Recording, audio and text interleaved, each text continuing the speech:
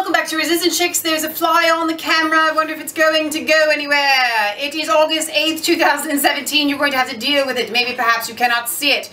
We are going straight to Nigel Farage and his take on why the Republicans do not want to do what their represented candidate and President Donald Trump would like to do. The fly has not moved, but I think perhaps it's not showing.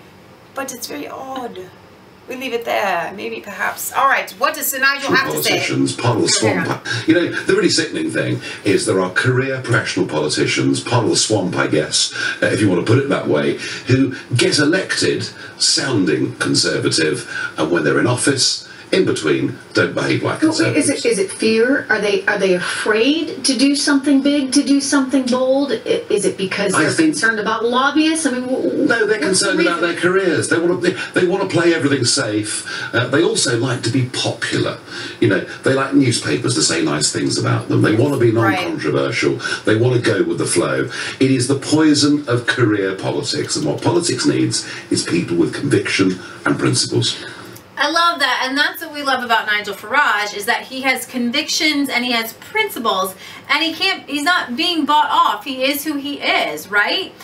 He said the same thing a little bit longer here, voting for and I really appreciate that it takes.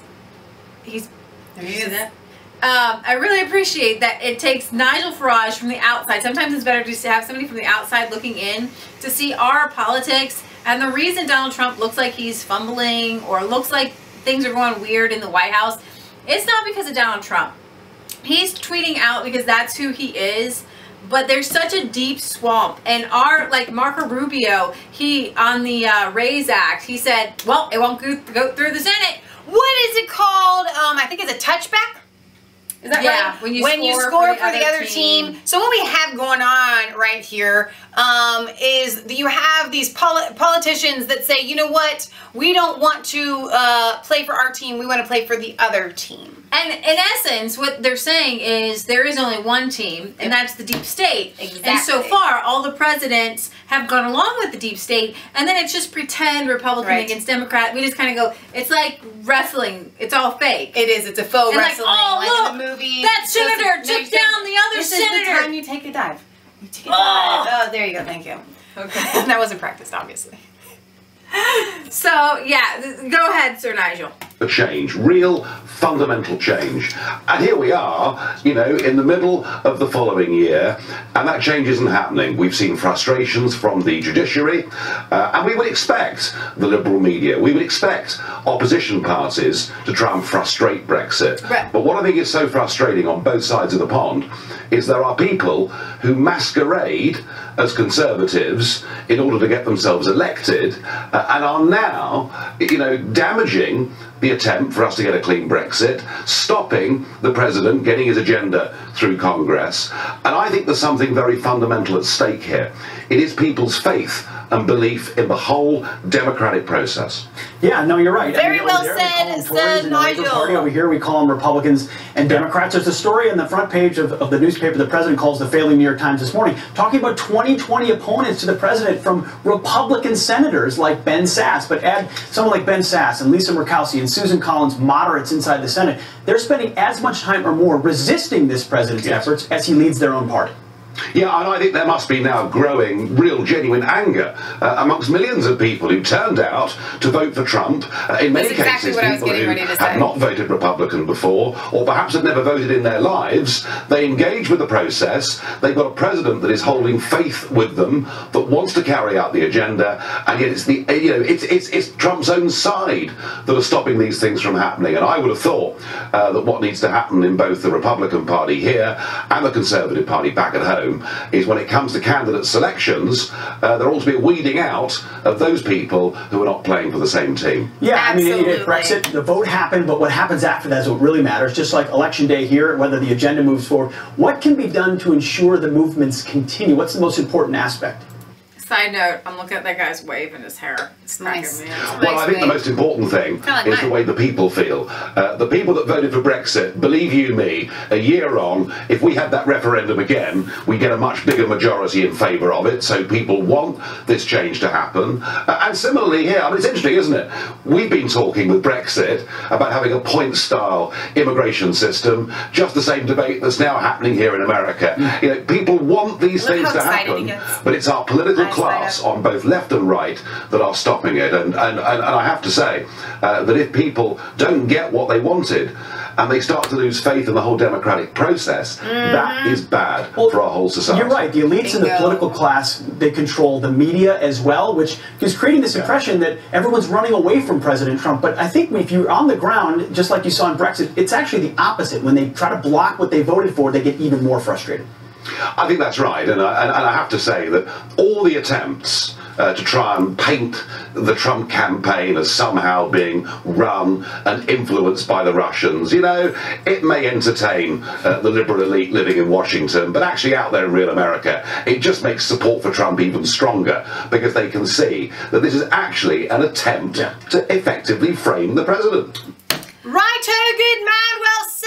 As always to Nigel Farage, he hit the nails on the heads, because absolutely this is a convoluted attempt to bypass everything that the president stood on. He always likes to say his manifesto during the election, and everyone said, okay, we want Trump to lay out this agenda and we're very excited about it and this is what we want. And then when Trump gets into office, then everybody says, and then the Republicans and the Democrats both say, no, we're not going to let the people have what they want, what they voted for. You're exactly right, and I have been actually trying to come up with the right words all day to put this into, to share it with you, to show, and Nigel, in his wonderful British accent, as I spit at the camera, really just summed it all up. The people wanted Donald Trump. They voted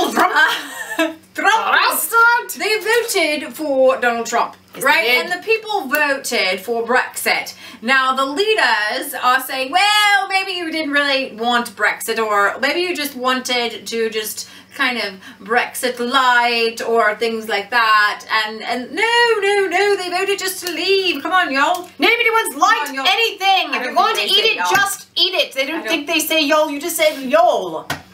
How would you say y'all? Y'all. Y'all. Now he's hand in hand. Y'all.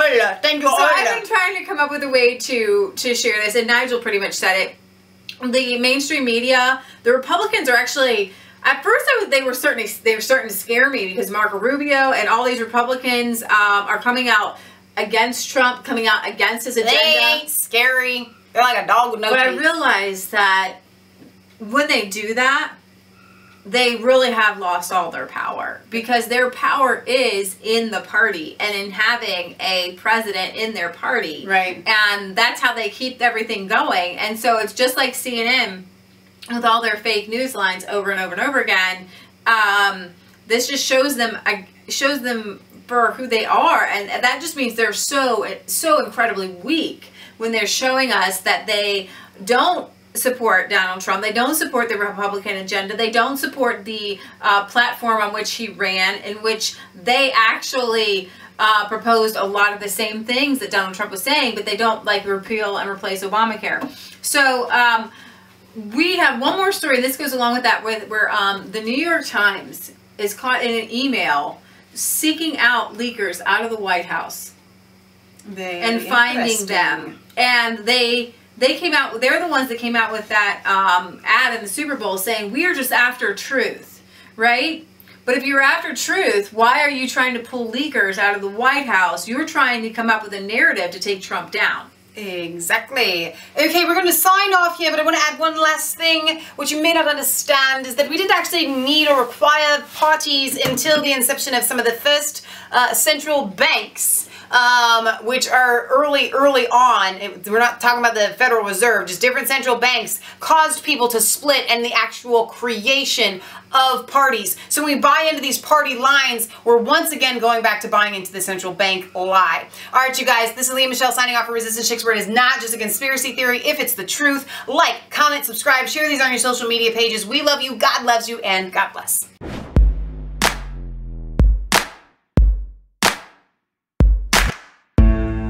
was cold, all alone. No place for home, every day, so afraid.